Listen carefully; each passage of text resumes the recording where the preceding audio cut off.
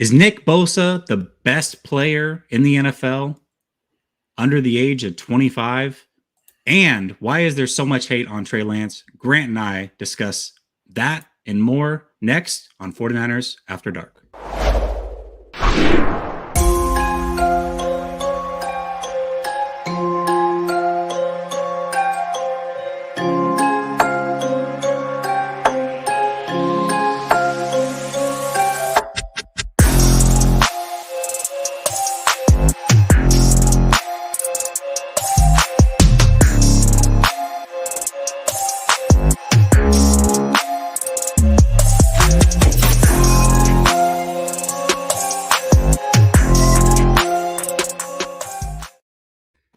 All right, welcome back to Last Second Sports, where we're giving you our take down to the last second. And tonight, same show, different scene, 49ers After Dark, except for I am the host. Grant is my co-host tonight.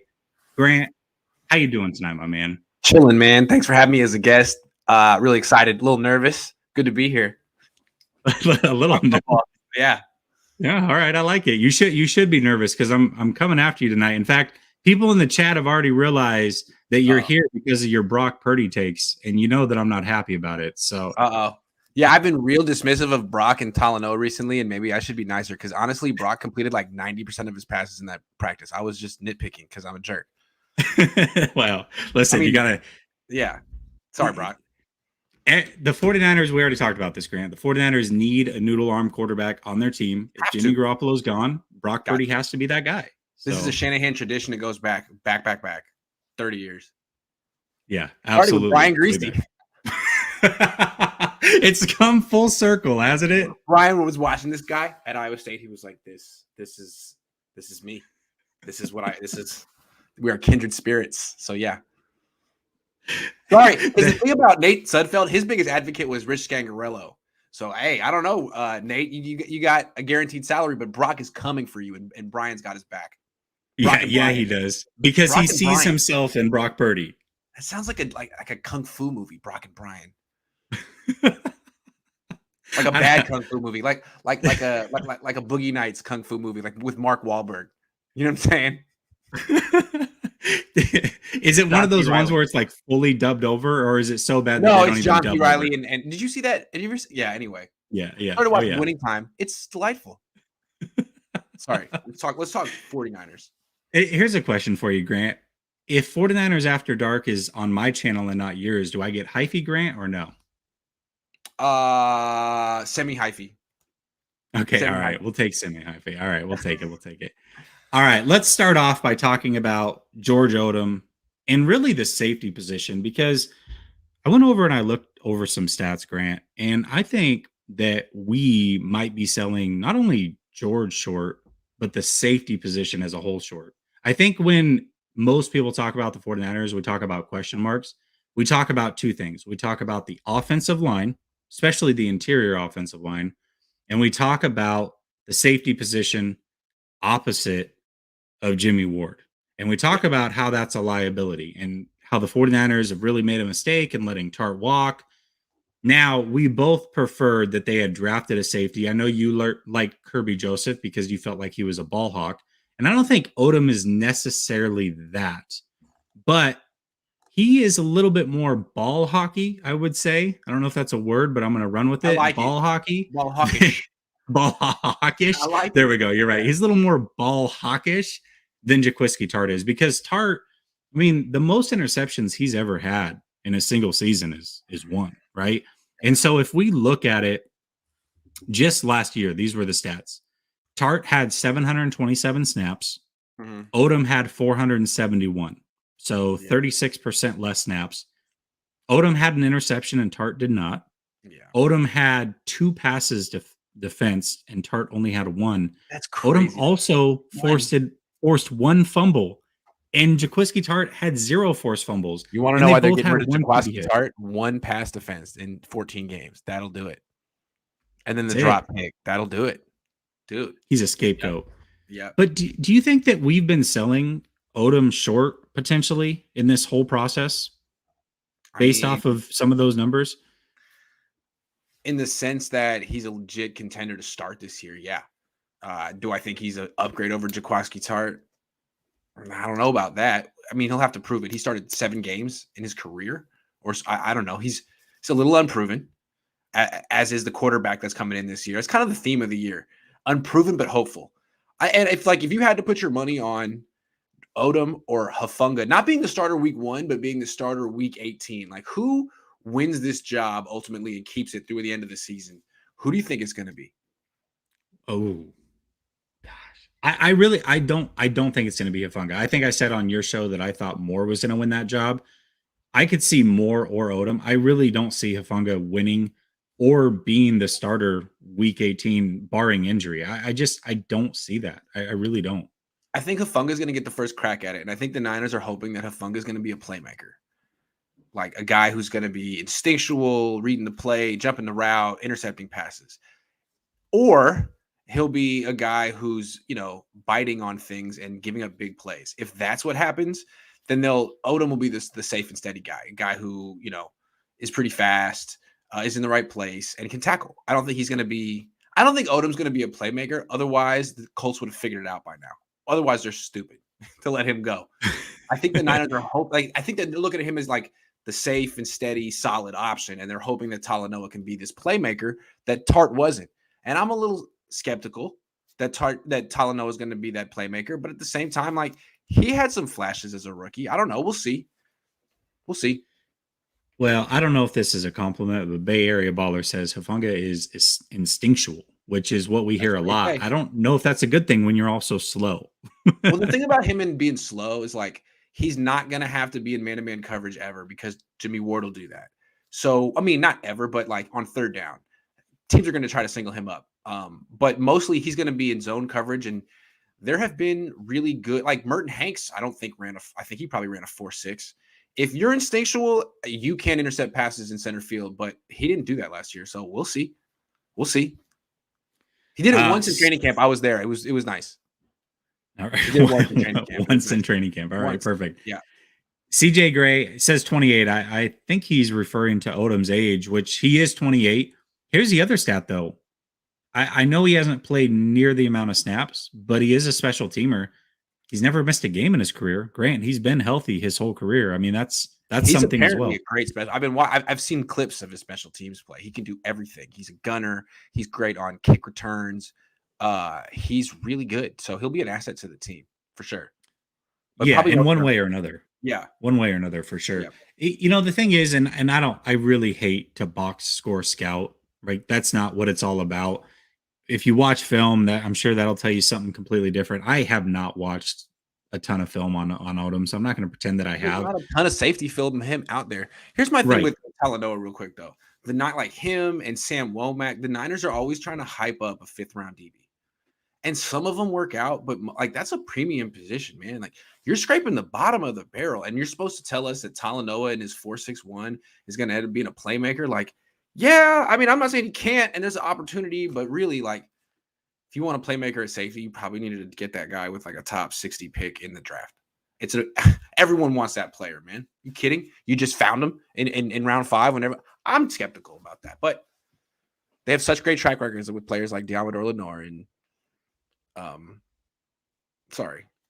Do you think this is a possibility? Jamal says Dante Johnson might get more legit snaps at safety as a starter over Hufanga if injuries occur to the starters. Do you think that's a possibility? Dante Johnson will get the first crack, but if he starts giving up big plays, they will get him out of there and just get in someone who won't give up big plays. I would imagine. Could be Johnson, could be Odom. Yeah, it could be Johnson for sure. Hufanga is getting the first crack. For whatever reason, the Niners have shown much more outward confidence in him than Treylan. I can't explain that. I can't explain that. They love Tala. There's like, are you kidding? Troy Polamalu 2.0, bro. Did and not at all that, which is crazy. I mean, you're talking about a guy that ran 4.6 versus Polamalu was a legit 4.3 guy. Like we're talking about completely different athletes here. That's crazy. Yeah, man. I mean, if in today's offense, like these spread offenses, they'll just put 4 wide, go 4 verticals, like. That becomes man-to-man coverage real fast. I mean, everyone has to mark up at a certain point, and teams are going to do. I mean, Arizona's going to do that to Tala. They did it last year to Talanoa. They did it last year to Talanoa with Christian freaking Kirk. Now they got Hollywood Brown. I'm just saying, I don't. To me, the way the Niners used him at the end of the year was as a dime back, of basically like a third down. We know you're not running the ball. You can play linebacker, and I thought that was a good role for him. That seems smart. I like that. This is ambitious, but I think the Niners' motto this year. The last couple of years it was revenge tour. This year it's YOLO. YOLO. Can it be YOLO if Jimmy's on the roster, though? Yeah. Keep Jimmy? YOLO. Why not? Let's do weird things this year. Who cares? Because last year, I think they were a little bit on the hot seat. They couldn't miss the playoffs again. Like if they had missed the playoffs last year, it would have been 4 years and 4 out of 5 years. And I would have been talking about it every day. So there was some pressure. Now the pressure's off, and they can just say YOLO. That's Aaron Banks, you're a starter. Talanoa, you're a starter. Who cares at Nickelback? We'll figure it out. I mean, YOLO. That's the word for the year. That's totally fair. Is that so? Is that when they walk out of the locker room? You know how every team has this where they walk out and they slap whatever the mantra is for the year. Is it YOLO? Is it YOLO? And does it have Drake? And do they slap that on the way out? Is that how that goes? Absolutely. Drake sings the song before every game just to get people ready for how disappointing this season's going to be. He's the new E40. God. Oh, all right. Let me ask you the question in a slightly different way. Is the safety position as a whole, potentially even without Tart, a little bit more stable and deep than it was last year? We've got Hufanga going into year 2. You've got Odom, and you've got Moore coming off of an injury. He was not able to play at all last year. So even though Tart's not there, is the safety position overall still relatively healthy? Comparing it to last year, yeah. I just feel like the Niners really, they're like, we'll shop at Bloomingdale's for this and for that. But when it comes to safety, that is 7-Eleven. All right. We are not spending more than $350 on this position. And they're always like, hey, do you like what we found? We got it at a thrift store. Not, what I'm saying? To George, he was an all-pro special teamer. Like, sweet. That's great. But it's a fairly important position. Fairly important. But you got him in a thrift store. That's great. Great value. Great value. And they're always talking about that. But for whatever reason, the Niners are adamant that safety and guard don't matter. Those two positions don't freaking matter. I don't know. I think safety matters. I think it does. Especially as the league becomes more spread out. I feel like those guys get isolated more often now on wide receivers. But I could be wrong. I mean, what do I know about football? I don't know.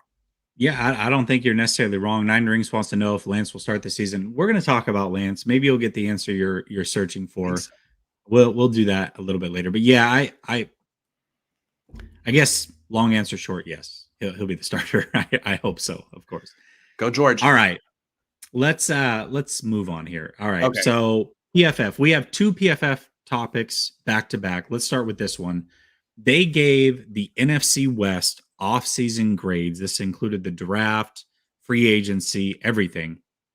They gave a 49ers a C+, which, by the way, I actually kind of agree with that. We've talked a lot about it, right?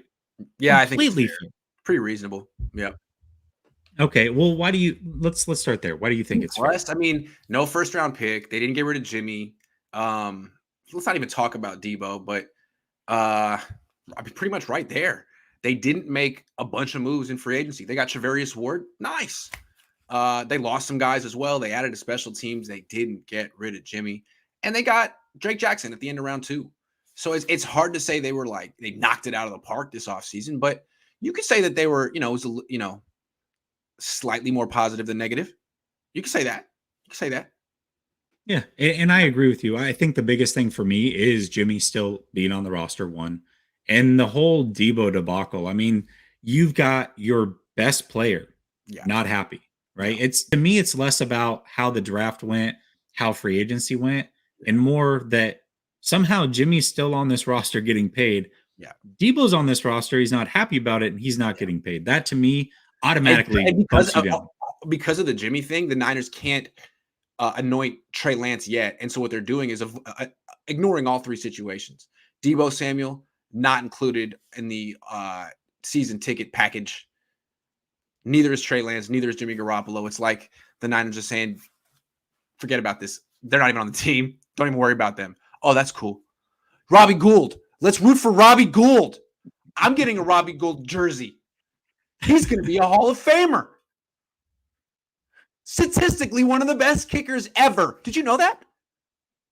What? They franchise tagged him, Grant. One good year. Robbie Gould's had at least 11. Give me Robbie Gould any. I'm sorry. Yeah, I mean, why would you market the two guys that are the most marketable on your team? That doesn't make any sense whatsoever. Who scores the most points on the team? Robbie Gould. That's what I thought. Robbie Gould. Every year. Every year. Is Mitch Wishnowsky on any of those tickets? No, he better be, though. He should be. I plan on going to the Kansas City game. If Mitch Wishnowsky's not on a ticket, I'm not going to the game. I'm just snubbed. It's not going to happen. Snubbed. Did you see Jamal said, kick? Remember when people were talking in like the December that he had a special knuckle kick that would force people to fumble? Oh yeah. Like he was the Tim Wakefield of kickers. That was I think that was Cincinnati. And he was like, he can't do that. If he could, he would do it every time. That was the best storyline of the year. Yeah. So let me get this straight. 14 games into season 3, we've now figured out that he's got a knuckle ball for a kick. Wishnowsky. Perfect. Knuckle punt. Yeah.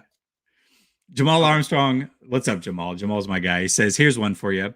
Hufanga and O'Neal Jr. both ran 4.5 or worse. Clearly the 49ers do not value speed. So, in your opinion, what do you value what do they value at safety?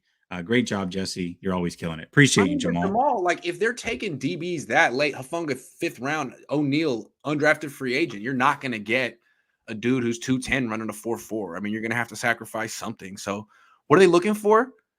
You know, the best safety at the flea market. I mean, how picky are you going to be? What are you really looking for at the flea market? You're like, you can't be specific. It's like, hey, that guy he played in college. He played college football. Nice. I'm sorry. Like, O'Neal ran like a 4.7, man. I mean, that guy's hella slow. Sorry. I was fast. And instinctual, though. Also instinctual. I'm instinctual. I got instincts. Here's what's crazy about that, though, Grant, is they could have gone with Smoke Monday as an undrafted free agent. He actually is a much faster guy, and he does fit the bill of 6'2", 200 plus. Like, he is that frame. That's interesting. Can you explain to me why John Lynch is like, yo, safeties don't matter? Like, what are you doing to your own position? It's terrible. It's awful. Yeah, that would be like Shanahan saying wide receivers don't matter, right? Yeah. Doesn't make sense. I would think so. Yeah. Like, well, dude, Grant, you're part of the tribe, man. What are you doing? Sorry. Let's move on. You're not accustomed to this, but anytime somebody donates, I always give them a little bit of love, and here's how I do it.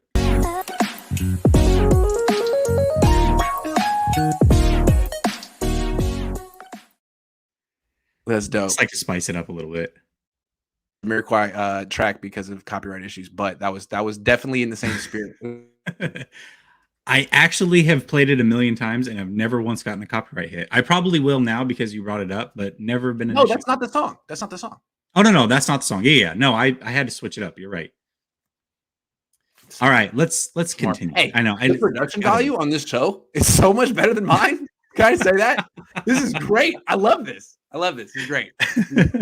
Seriously. Hey, listen, I tried to bring it up a notch, Grant. I tried to bring it up a notch. Notches.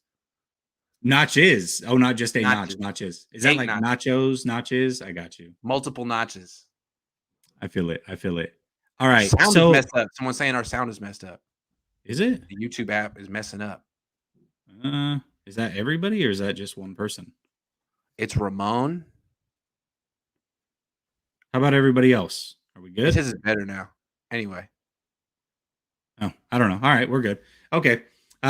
Here's the issue that I take with this, Grant. I actually do not have an issue with saying that the 49ers were a C+. Where I do have an issue is saying that the Rams were a B-. Let's walk through the Rams offseason for just a second. Okay. 0 picks in the top 100. They lost their left tackle. Yep. They lost 2 starting wide receivers. Yep. And they lost their second best pass rusher. Who They they at? replaced them Yeah. with one good wide receiver. They kept their swing tackle, overpaid him possibly to be their left tackle. Who, Noteboom? Yeah, no boom. He's better than McGlinchey. I'll give him that. But yeah, they got Bobby Wagner. But he's going to be the left tackle. And then they brought in Bobby Wagner to, sure, they're better linebacker. They're in the C range too. It's hard to put them above the 9. You could give them a C pluses. We give them a C. Although I like Wagner. Wagner's nice because they're a soft defense. And that at least helps them match up with the Niners. But yeah, I think B- is like they won the Super Bowl. So let's give them like the benefit of the doubt. Nah, it's like a C, C plus. I think everyone in the NFC West kind of just did a whole lot of nothing. Basically. Pretty much. Yeah. AFC was going crazy. NFC West was like, let's just all agree to do nothing. Equally. Let's just chill. Check. Seattle, you in? Arizona, you in? No, we're trading Russell Wilson. Okay, good. Okay, that's good. Okay. Good. So way to start this. We're gonna trade Chandler Jones. Gone. Sweet. Appreciate it. It's like they had a bid, and who could have the worst offseason? And Seattle's like, listen, we're just gonna go all in right away. Russell Wilson, you're out of here. Yeah. It was like people were competing to lose this division in the offseason. And Seattle was like, we got that. They definitely won. And by the way, the Cardinals had the same exact grade as the 49ers. They lost, I don't know, one of the best pass rushers in the league. I'm just going to throw that out there. But they did get Hollywood Brown, so there you go. Don't ridicule the Cardinals because the Cardinals and the Niners are spitting images of each other. And I'm just, hey, someone say, hey, can we answer this 49ers throwback? Because I'm trying to answer that question. Which one? Where's it at? At the bottom. Hey, Jessie and Grant, right here? rank your teams in the NFC. No, can we do the NFC West? Yeah, do NFC West. Go ahead. See, I'm going to say Rams, Cardinals, Niners, Seahawks. And I know it sounds crazy, right? But hold on. Here's why I'm going to go with the Cardinals. Kyler Murray's really good. Yeah, people say he gets hurt. Dude has missed 3 games in his career, all right? They also have a good offensive line in Arizona. The Niners have a quarterback who is unproven, and it's not his fault. It's freaking Kyle's fault for not having the guts to stand up to his team and say, Trey's this freaking starter. Wasted a year. You got an unproven guy who's been on the bench for 2 years and a weak offensive line, a weak pass protection. So, I mean, I'm saying, like, any other team, you would say, like, hey, like, the quarterback hasn't done anything in 2 years and the offensive line isn't great. You're like, ooh, that doesn't sound great to me. But the Niners, they were in the NFC Championship game, give them the benefit of the doubt. I don't know, man. I feel like this is going to be – we're going to talk about it later, but I feel like the Niners had a choice. When you go with Trey Lance, you're going to have 1 year where you could potentially take a step back. And they probably should have done it last year. But they were like, nah, our jobs are on the line. And they went with Jimmy, and they almost made it to the Super Bowl, but they didn't. And now they got to do it this year. And they know it. And that's why they're going young in hella positions, because they're like, you know what? Could be 12-5. Also could be 7-10. And, you know, it's just part of the process. And we shouldn't even freak out if we're 7-10 because Josh Allen was 5-6 his rookie year. It's just part of the process. It's what they signed up for when they got the youngest quarterback in the league by far. So I'm not saying they're going to be 7-10, but they could be. And they know it. They know it. But to your point, if that is the case, it's not that big of a deal because they did make the playoffs last year, exactly. Right? Like they bought themselves a year. Yes, they could have gone. It's the growing pain year. Call it like 1 step back to take 2 steps forward. They could have done it last year. We said they should have done it last year. They disagreed. They almost pulled it off, but they didn't. And now they got to pay for it. I mean, there's consequences for your decisions. There are. If they had played Trey Lance 10 games last year, I'd be looking at the Niners like, okay, all right. You got a young up-and-coming quarterback. You know exactly what he is. This is a team that's definitely going to the playoffs, maybe winning the Super Bowl. But no, you didn't do that. There's consequences. Now, maybe they'll get hot second half of the season to take off. They could. They did last year. I don't know. It's a hell of a schedule, though. It's just a bitch of a – excuse me. You're fine. You're fine. It's a bitch of a schedule. I'm so sorry. It's tough. No, it definitely is. And just for you 49ers throwback, if you go back to not this last Tuesday, but the Tuesday before, Sunil and I did something similar with ranking all the NFC teams. So if you want to watch that, you can. But if we're going NFC West, I was with you. Remember last year you picked the Cardinals to, I think, go to the Super Bowl, if I'm not mistaken. I did. They started off high. But I don't think that was actually that bad of a pick. I actually had the Cardinals finishing second in the division last year, and people thought I was off my rocker. Now that ended up happening, but they almost won the division. They This were year, I hard to think the beat when Cardinals are Hopkins was different, though. healthy. They were hard to beat when Hopkins was healthy. They were, but that's Yeah. to your point, though, Grant. Yeah. He's suspended for 6 games. He is. And they also lost Chandler Jones. That's huge. Yeah, it's true. The Niners got an opportunity, man. They really have a golden opportunity. It's such a bad year to take. Last year would have been a better year to take a step back. This year is just wide open. The NFC West is the Red Sea post Passover, and the Niners are like, not this year. Like, no, not now.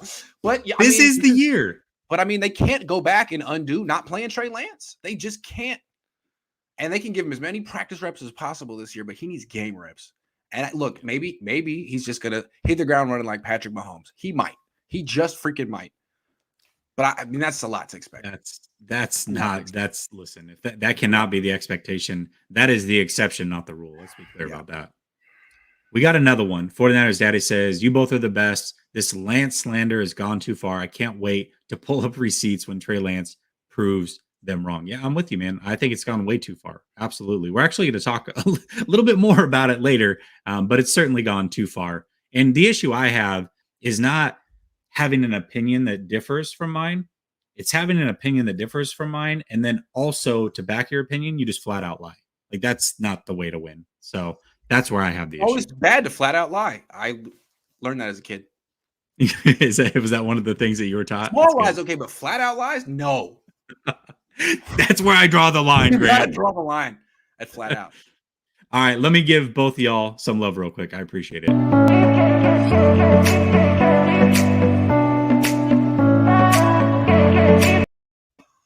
Nice. I liked it. All right, another PFF topic. Nick Bosa, for players under the age of 25, they do this list every year. They have Bosa ranked number 1 on that list. Now, there are some big names on that list. Obviously, you have some of the quarterbacks. Herbert, I think, was number 2 on that list, if I'm not mistaken. Okay. You have Parsons that you could have gone with. Okay. There's a lot of really, really good players. So Bosa being number 1, first of all, is that a bit of a surprise for you? And would you agree with Bosa being number 1 on that list? Not a surprise to me. People love Bosa. Bosa is such a darling of everyone. I would disagree, though. I mean, I think he's in the running.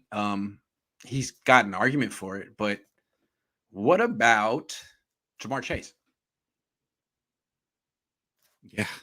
Jamar Chase First pretty year good. in the league. He has like the best rookie year ever, except for like Randy Moss, and the team goes to the Super Bowl. So I mean, like the 2 years that Bosa has been healthy, championship game, and he's dominated regular season and playoffs. But there's other guys in the running too. I mean, Jamar Chase, Tristan Wirfs, all pro tackle. Wirfs was up there. I think he was like number 3 on the list. Yeah. Justin Herbert. Yeah. So yeah, I mean, Bosa's in the conversation for sure. But he's certainly top 5. Chase, I would have to Jamar say, Chase. Yeah, that's listen. Jamar Chase. That's the thing is though too with these lists that I'll say, Grant, is when you're doing a ranking, and I know that you're big on wide receiver really moving up as far as importance in the NFL. You're starting to see these players drafted a lot higher. You're starting to see the league spend a lot more on wide receiver. But typically and traditionally, the league is built around quarterback, protecting the quarterback, and getting after the quarterback. Those are the 3 positions, right? And so when you see a list like this, the guys that you do see the highest are guys that protect the quarterback, guys that are the quarterback, and guys that get after the quarterback. What's funny though is that this dynasty was not built that way. I mean, they had good players in the trenches, excellent players in the trenches, but all the famous ones were quarterbacks, wide receivers, running backs, DBs.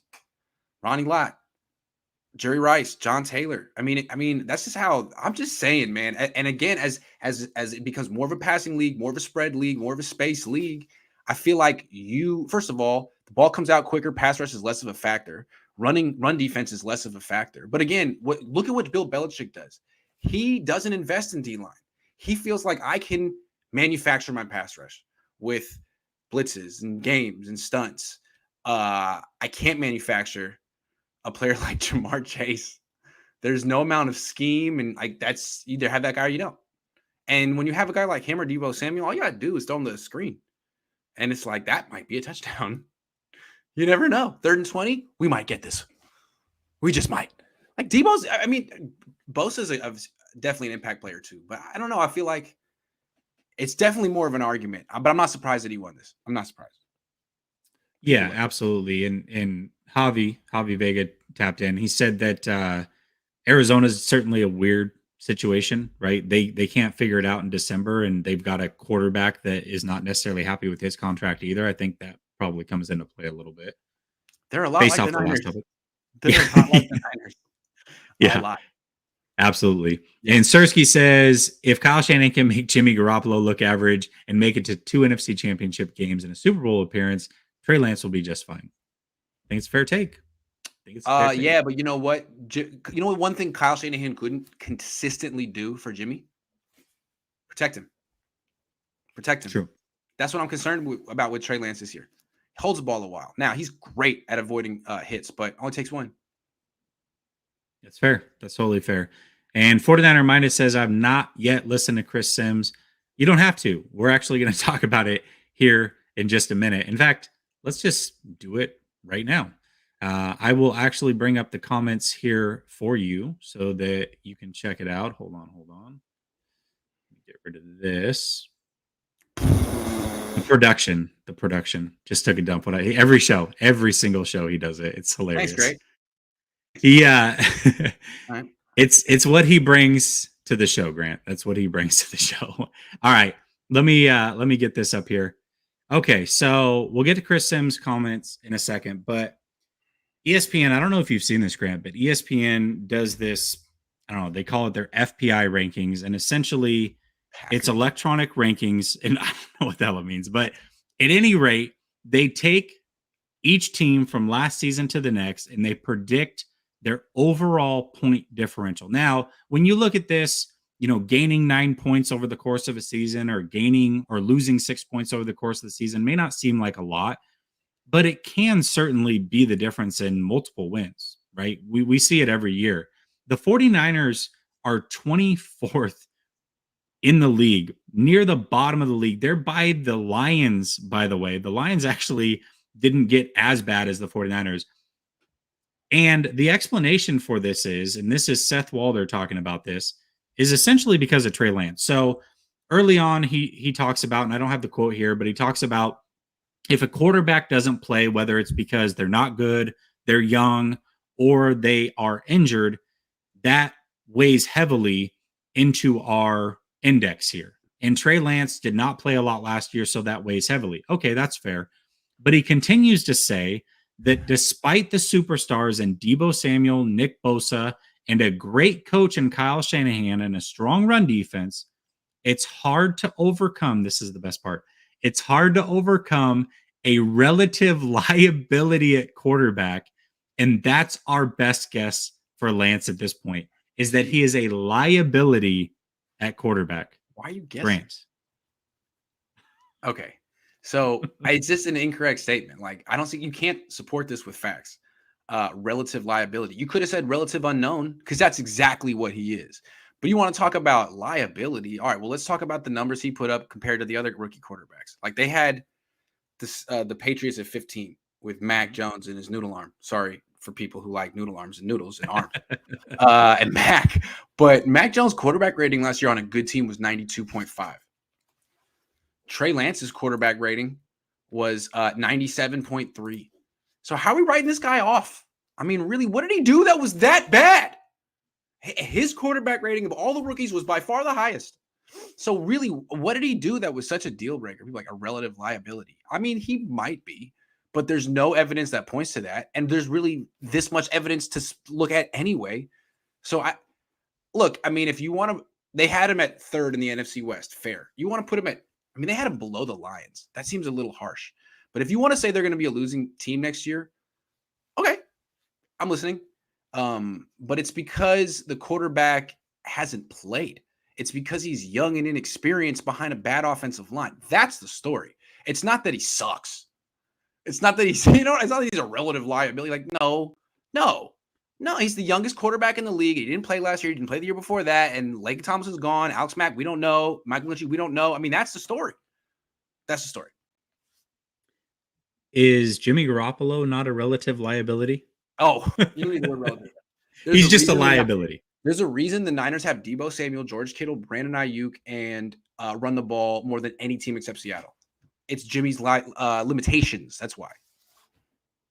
I guess that's my frustration with this comment is I totally understand that there's an unknown with Trey Lance. Right. You said it, right? And that's true. We don't know. We can make assumptions. We've got a small sample size. We have our opinions.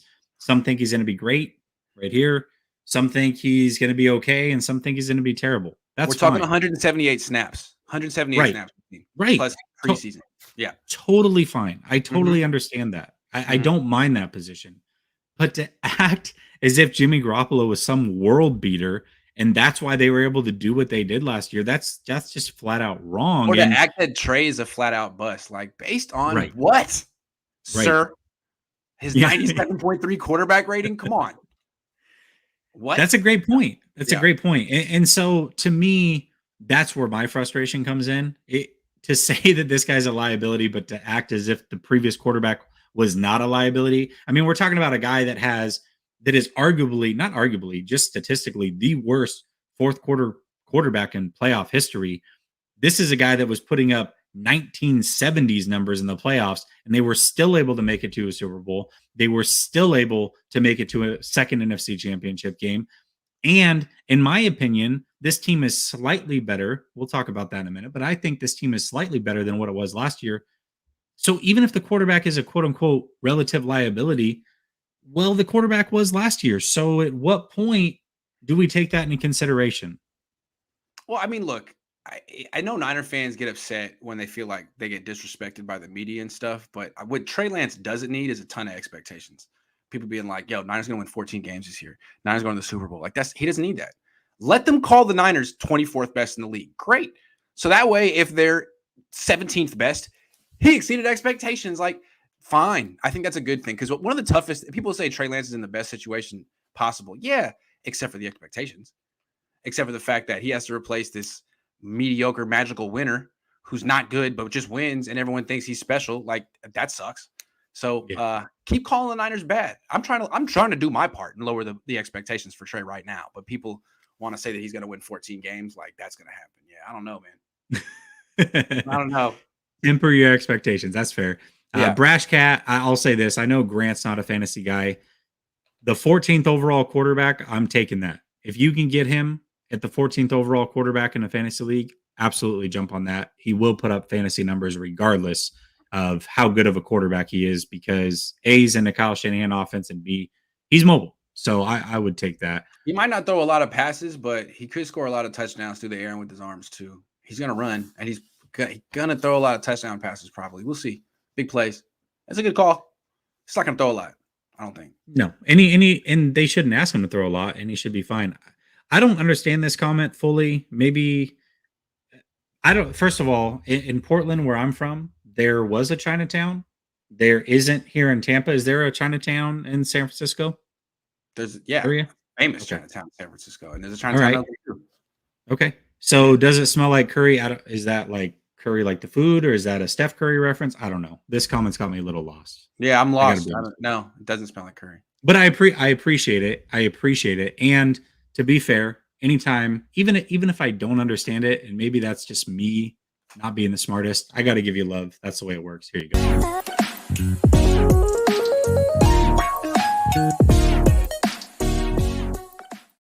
SF has a huge Chinatown. It's like a tourist destination. People come from all over the world to see that. And the food is hella good. Dim sum up in Chinatown, let me tell you. It's the place to be. Well, you'll have to show me, Grant. I plan on being there for the Chiefs game. You'll have to show me around a little bit. Yeah. All right. Let's get on to Sim's comments. 49er minded. You were wondering what Sim said. Sim said a couple things. We'll read this one here, but he says, I think the accuracy when talking about Trey Lance is still the biggest question. Just pure ability to be a thrower and a passer. Again, every game was an effing miracle to get back to 50% throwing. I mean, it really was. And I feel like Shanahan said that? This is what he Every says. game was an effing miracle. To get to 50% throwing for Trey Lance. Yep. Okay. He says, and I feel like Shanahan had to basically do every game, Grant, every game. Wow. He says he feels like Shanahan had to call plays essentially just to get him back to the 50% mark. And I'll tell you what else he said. He talked about Trey Lance. And actually, here, why don't you comment on this one? I'll find the other comment because I don't want to butcher it. But yeah, I can see your eyebrows are already perked. Just the way people like manipulate this small sample size just amuses me every time. All right. So he made 3 appearances last year. And he's right. In the first 2, he hovered around 50%. He came in relief in Seattle, was 9 for 18. Now his quarterback rating was 117, but he was 9 for 18 in that game. Next game, he started 15 for 29 in Arizona. Now, it was a ridiculous game plan, but that's true. His first 2 appearances, the completion percentage was not good. Then he sits for 2 months. Then he plays a must-win game against Houston, and it goes 16 for 23. That's 69%. That's 70%. I mean, did that not happen? Wow, it was 1 of 3 appearances. How do you just edit that out? And if he could do that in his second start, what's his future? I mean, he was one of the youngest quarterbacks ever last year. So to me, I mean, I've watched a lot of Trey Lance more than Chris Sims. And when I see is when he misses by a lot. It's a little bit like, if you remember Randy Johnson, he would have like a game, like a pitch a game, or he would just miss everything. You'd be like, and that's Trey Lance a little bit. He will miss big. But in training camp, I charted it. He completed 69% of his throws. Jimmy completed 63. In his last start, he completed 69% of his throws. In college, he completed 66, 67% of his throws. He makes good decisions. He doesn't force things. He doesn't predetermine his reads. He goes to the open guy.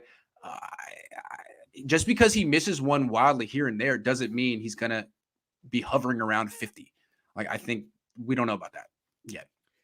This is what I'm talking about when I said flat out lying. Grant, he's had 2 starts. One of them, he was 16 to 23 passing. That's nowhere near 50%. Yeah, they didn't have to load him up with 9 for 9 passing on short dump offs to get him there. That's not the way that game worked. In fact, he pushed the ball downfield more than Jimmy Garoppolo ever has. Exactly. Jimmy is the one where, hey, let's give you a shovel pass. Let's give you a screen pass. Yeah.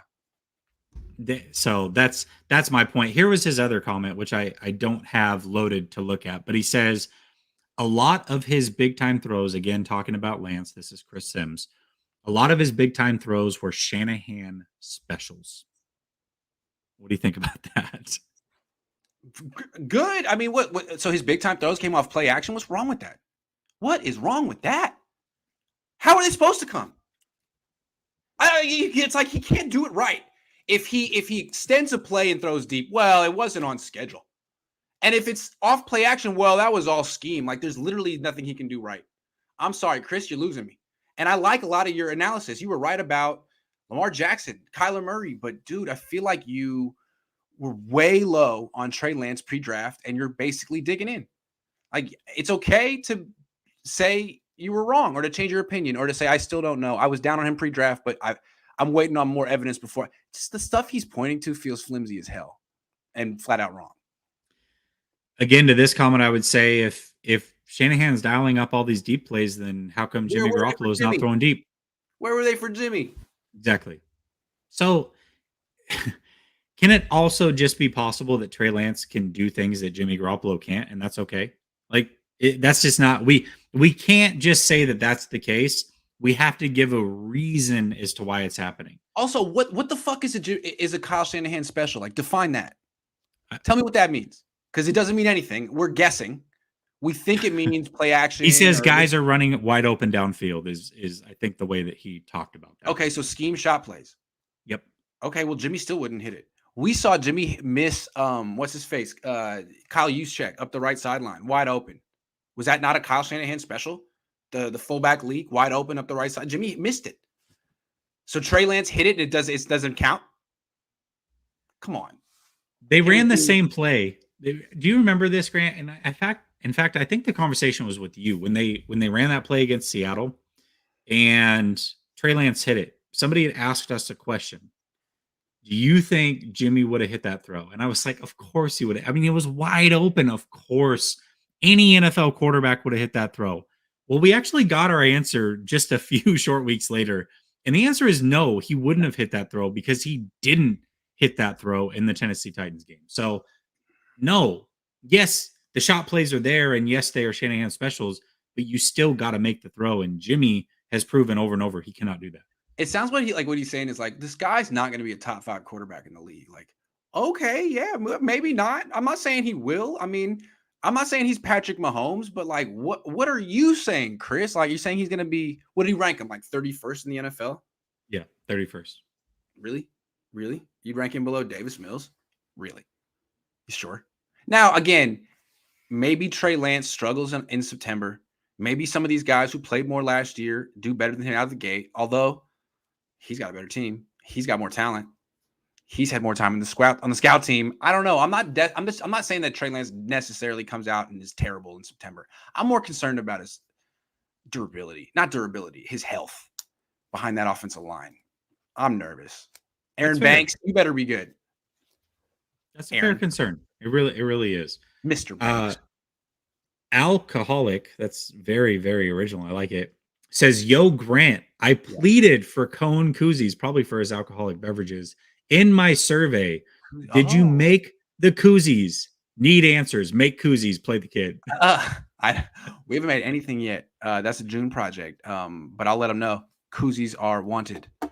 You have been rocking the shirts, though. You've been rocking. I've seen these shirts. I like them. They're slick. It's hard to put it out there. Just let people know that they're coming.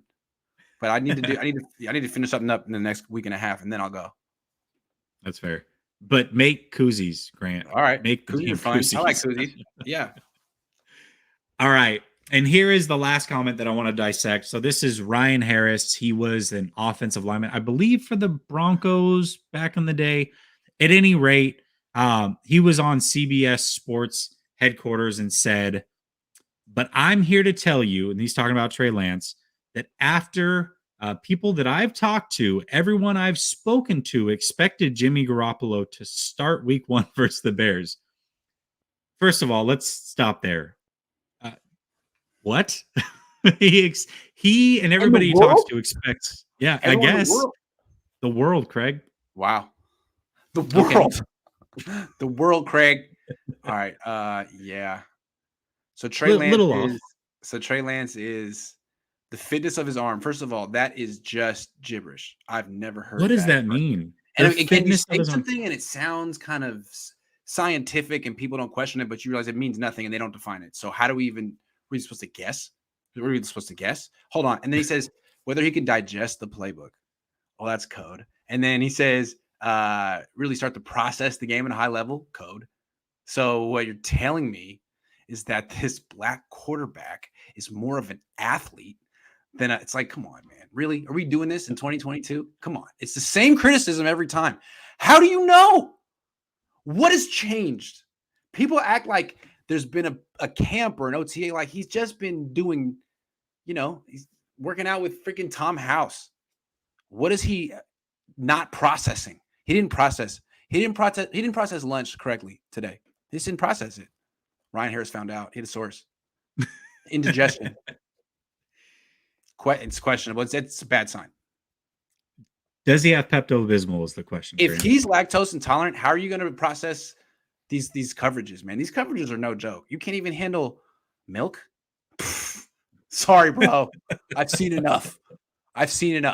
There's not one good. All the top 10 quarterbacks can process lactose. There's never been a good lactose intolerant quarterback. That's facts. True. That's a good point. No, that's a great point. Again, here's the issue. Flat out lies. Grant, I think it was November 16th that Shanahan came out, was asked about Trey Lance and him learning the playbook. And is he getting better? I think the question was posed to him, is Trey Lance learning the playbook more and more each week? And Kyle Shanahan said he's got the playbook. He's got it in his mind. He's had it since training camp. So this guy here, Ryan Harris, says that there are concerns about him learning the playbook and processing that. Okay. Well, he's had it since training camp. Anyone who's heard Trey Lance talk about football and Jimmy Garoppolo talk about football can tell you that Trey Lance is smarter. You telling me that Trey is the one having trouble digesting the playbook? Dude, Jimmy's in year 6 of trying to digest his playbook, and he still has to cut whole sections out because he doesn't like them. Are you kidding me? Like, Jimmy's the one who's remedial, not Trey. And that's what, like, when people try to talk like they've heard about the Niners, like, dude, you misheard. You think you're hearing about Trey, you're hearing about Jimmy. The guy who can't process, no, that's number 10, not number 5. I mean, maybe maybe Trey's going to have his own issues down the line, but comparatively, it's 10 with those problems, not 5. Okay, so people just assume Jimmy can do that stuff because he's white and he stands in one spot. I'm sorry, I said it, but I'm sorry. And he's been in the league for 8 years. Quarterback. He has no idea what he's looking at. Zero. No. He predetermines a read, and that's why he throws so many picks. Book is out on Jimmy. But he digests and processes and does all these verbs that don't include anything, physically tangible. Sorry, I got worked up. So somebody brings this up. First of all, 49ers throwback, appreciate it. We saw improvements from Lance. Jimmy never did. That was the point that Grant basically just made. Yes, completely agree with that. Somebody asked him, I can't find the comment now, but somebody asked Harris if those were current coaches and players for the 49ers that he had talked to, and his answer was yes. Okay. Well, now every starter on the team is 22 years old. So, in your face. Yeah, in your face. 25 and younger, Niners. Abu Marcus says Sims and Harris can go asterisk bleep themselves I have no 4 times. I guess themselves. We'll never know. Yeah. Never know. You should have spelled it out. The best $4.99 I've ever spent, but I don't even know what you said. We'll never know. Yeah.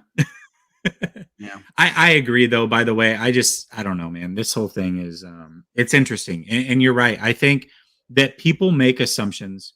First of all, it's unfair to expect these ex-players to watch everything that we watch. We're 49er fans, right? Or we cover the 49ers.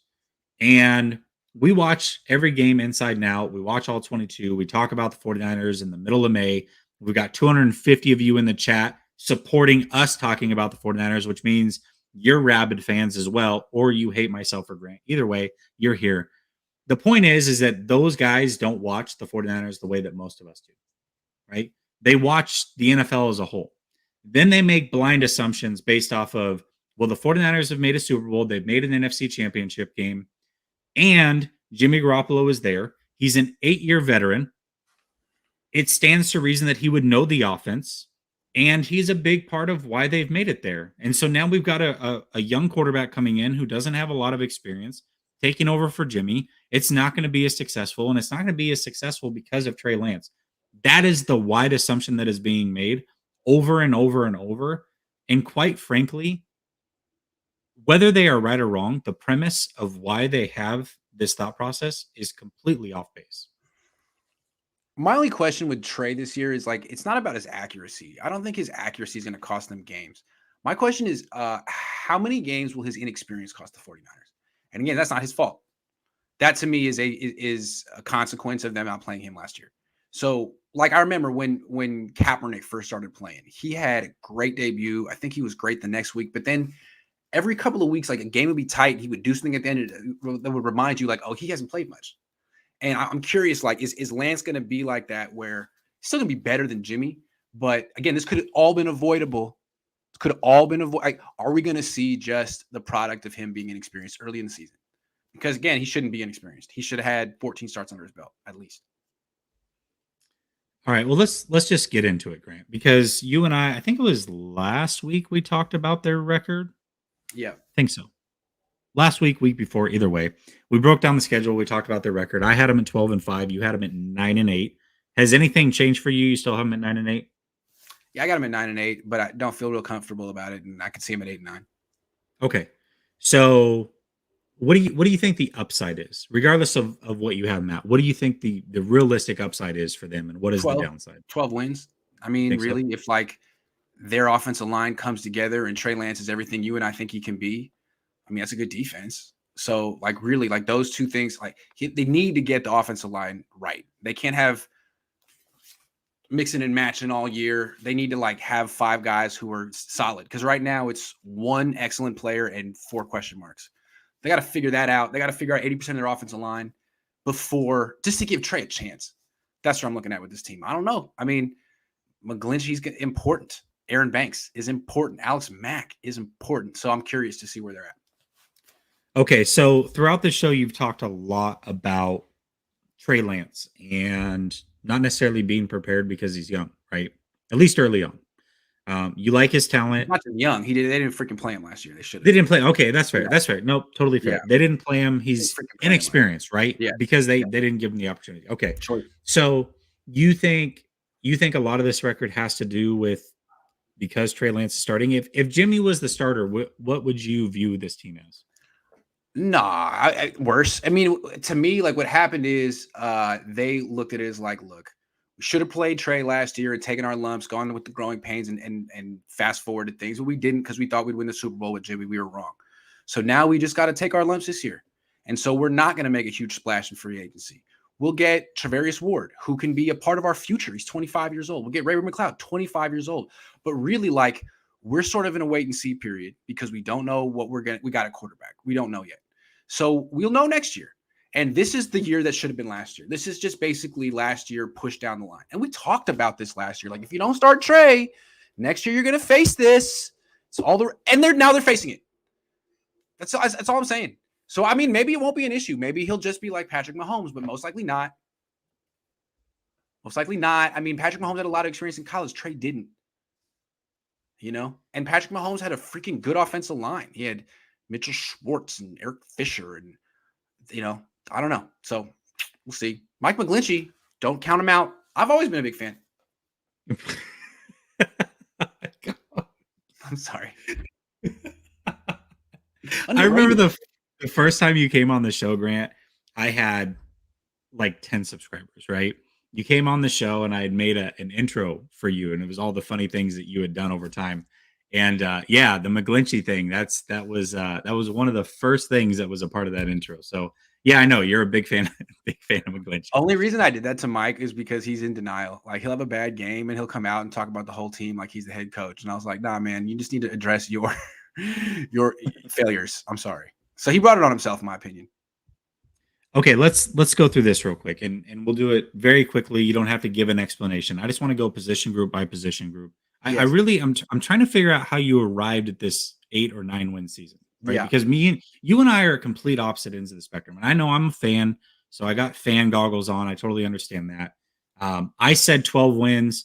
Realistically, before we broke it down, I had the 49ers at 11 wins. Mm-hmm.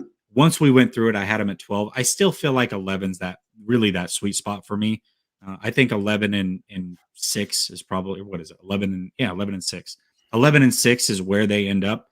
But when we went through game by game, I had them 12 and 5. So I'm really trying to figure this out. So to me, I think the 49ers in most position groups have gotten better. So let's just go position group by position group.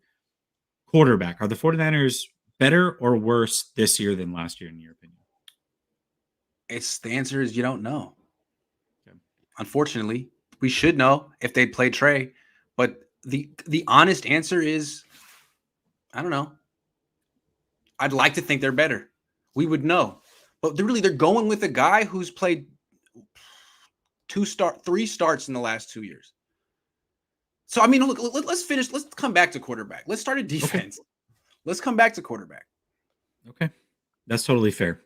Let's go running back. Better or worse than last year? Better, because Mostert didn't play. Okay, that's fair. Offensive line, I think worse, right? Worse. I think that's pretty clear. Okay. What about we'll lump in tight ends and receivers together. Pass catchers, better or worse? Better. I'd agree. The players are the same, right? But you got a couple guys going into year 3, so look. We don't need to go through every position. The defense is solid. The defense is better than solid. The defense is excellent. Here's how I look at it. Real simple.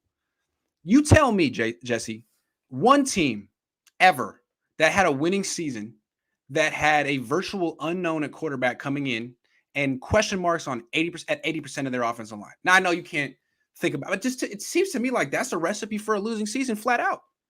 It's not just that your quarterback is unknown and unprepared with game reps. It's that you've given him a ridiculous offensive line. Now is the year to just go with competitions at 3 different positions for it seems like a recipe for an 8-win season.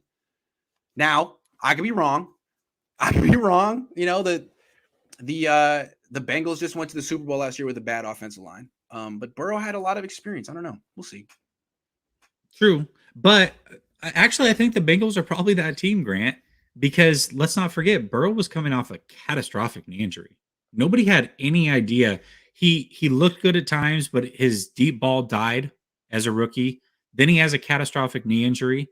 And on top of that, the offensive line was a major question mark. Yes. That's the team. I think you answered your own question. That is the team. By creating question marks at 80% of your offensive line, you're not setting up Treylan for success. Like, I agree with that. And people say, Abu Marco says cap 2012. Do you not remember how good that offensive line was?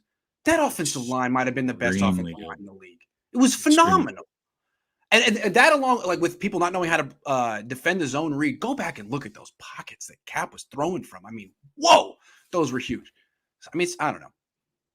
I agree with you, right? And I made the comment the other day that with the offensive line being the question mark that it is, even if you're better at all the skill positions, if you're worse at offensive line, are you really better on offense, right? Like that's the great equalizer. Right. It's the foundation of your house, and if it crumbles, you're in trouble, man. Yeah. You can have a high-end kitchen and a really nice roof and all these other things, but if the foundation's broken, it's going to crumble. So I understand where you're coming from. I really do. But now, I feel like come back. Aaron Banks could be a baller. Right. Someone other than Mike McGlinchey could step up at right tackle, or Mike McGlinchey could be great. Maybe that happens. And in that case, dude, the Niners could win 12 games because I do believe in Trey Lance. I mean, they definitely could get hot like they did last year down the stretch, but this offensive line has a lot to prove. A lot. Big time. I agree with that. Yeah. Right. And the quarterback position, regardless of what I want to think, is an unknown. But I will say this. We know what the quarterback position was last year, and it was not good. It just wasn't good. Jimmy Garoppolo is not a good quarterback. No, he's not. So even if Trey Lance is quote unquote not a good quarterback, I feel like they can still win games because they've proven to do it on 2 other occasions. And then when we kick over to the defense, this defense, yes, there is a question mark at safety and nickel corner. But overall, this defense is much better. I think deeper and better than what it was last year. And to boot, I think everybody in the NFC West has gotten worse. The Rams, I think, have gotten worse. The Cardinals and the Seahawks certainly have gotten worse. And I think all of that, when you combine it, is a recipe to also get into the playoffs. Now, the record may be irrelevant, right? Because it is a tough schedule. But does this team make the playoffs? To me, I would be shocked if they don't make the playoffs with all those recipes. So I'm just trying to figure out where you're coming from and how you're arriving at this. I think you're making a good point, and I'm starting to understand a little bit more. But it's something that, because we went game by game last week, I wasn't able to get some of those answers. So that's why I wanted to bring it up again this week. Well, I mean, just think about it. Like, the run game is going to be on point. The run game is going to be really good. The play action game is going to be really good. But when you're losing, when it's third down, when it's just drop back throw, he holds the ball a while. And this offensive line is not good. What's going to happen on third down? How good are they going to be on third down? How many scrambles is he going to have to pull off? How many hits is he going to take? When it's just straight up drop back throw time, is this team built for that? I mean, he doesn't get the ball out of his hands quickly, and this team can't block on passing downs. Now, maybe he'll learn to get the ball out quicker, or maybe his ability to move will make this a moot point. But I have questions, at least. I have questions. That's fair. I would think that this year, there would be the year to get rid of Jimmy and load up on offensive line. I'm just saying. But they didn't do that. Ooh, I think they're going to regret it. But I hope they don't. Bobby has a question for you. He says, question for Grant. What does Trey have to do to win the locker room over to be a leader of men, essentially? Does winning fix everything? He says Fox, but I think he says. Well, I was thinking about this. I mean, how about this? Jimmy doesn't want to be on this team anymore. He's made it clear. How can he lead the team when he doesn't want to be on the team anymore? He said goodbye. I think Trey is pretty much stepping up and saying, I want to be the leader of this team. I think he's doing everything he can. I think he's doing everything right so far. Just take the team. Jimmy's giving it to you. He doesn't want it anymore. Am I wrong? I agree. He's not organizing. He's not like, hey, don't go to Trey's workout. Come to my workout. Like, he's like not doing anything. He can't. He's got an injured shoulder. Yeah. And he doesn't return texts ever. So that's apparently there's that. He doesn't even. Look. You want to be a leader? Come to rookie minicamp and watch. You know who did that? Trey. You know who didn't? Jimmy. People talking about like Brock Purdy. He said, I got a call from Trey and Nate Sudfeld after I got drafted. Did you get a call from Jimmy? No. You know why? Because Jimmy doesn't want to fucking play for the 49ers anymore. He doesn't want to be there. Yep. He's not the leader of the team anymore. He's out by choice. Goodbye. By choice. He doesn't want to do I agree. And I think Lance is already doing everything, right? He was commenting on a lot of the Twitter posts that talked about Debo leaving. He reached out to every rookie, got their number, reached out to him right away. These are the things that leaders are supposed to do. He is. He's comfortable. Yep. And I think he's a natural leader. I really do. I think he's being at NDSU, expected to get into a huddle and call plays and look at your 10 teammates in the eyes and call those plays. I think that's the mental side of things that set him up to be a leader at a young age. And those are things that sometimes we don't talk about. We talk about the physical side of things. We don't talk about the mental aspect. And I think those are some of the things that people overlook when it comes to Trey Lance. Abu Marco, Cap 2012. And Javi says that he thinks you're correct. Objective viewpoint. I mean, I'm not saying they're going to win 8 games, but it's like a kind of a conservative viewpoint. I mean, they definitely could win 12, but a lot has to go right. A lot of unknowns this year. They didn't want any unknowns last year. They had freaking Josh Norman in their starting lineup just because he had a track record. Now it's like YOLO. Sunil says, I don't think we can just say the O-line is bad. Unknown doesn't mean bad. It's true, but it also doesn't mean good. Right? Like it's an unknown. It's a relative unknown. That's fair. I mean, one of the things you're supposed to have at offensive line is continuity. They have none. They have question marks at 4 spots. That's not good. It's not good. Oh, they got Daniel Brunskill. Excuse me. They do have Daniel Brunskill. So, who looks like Mac apparently.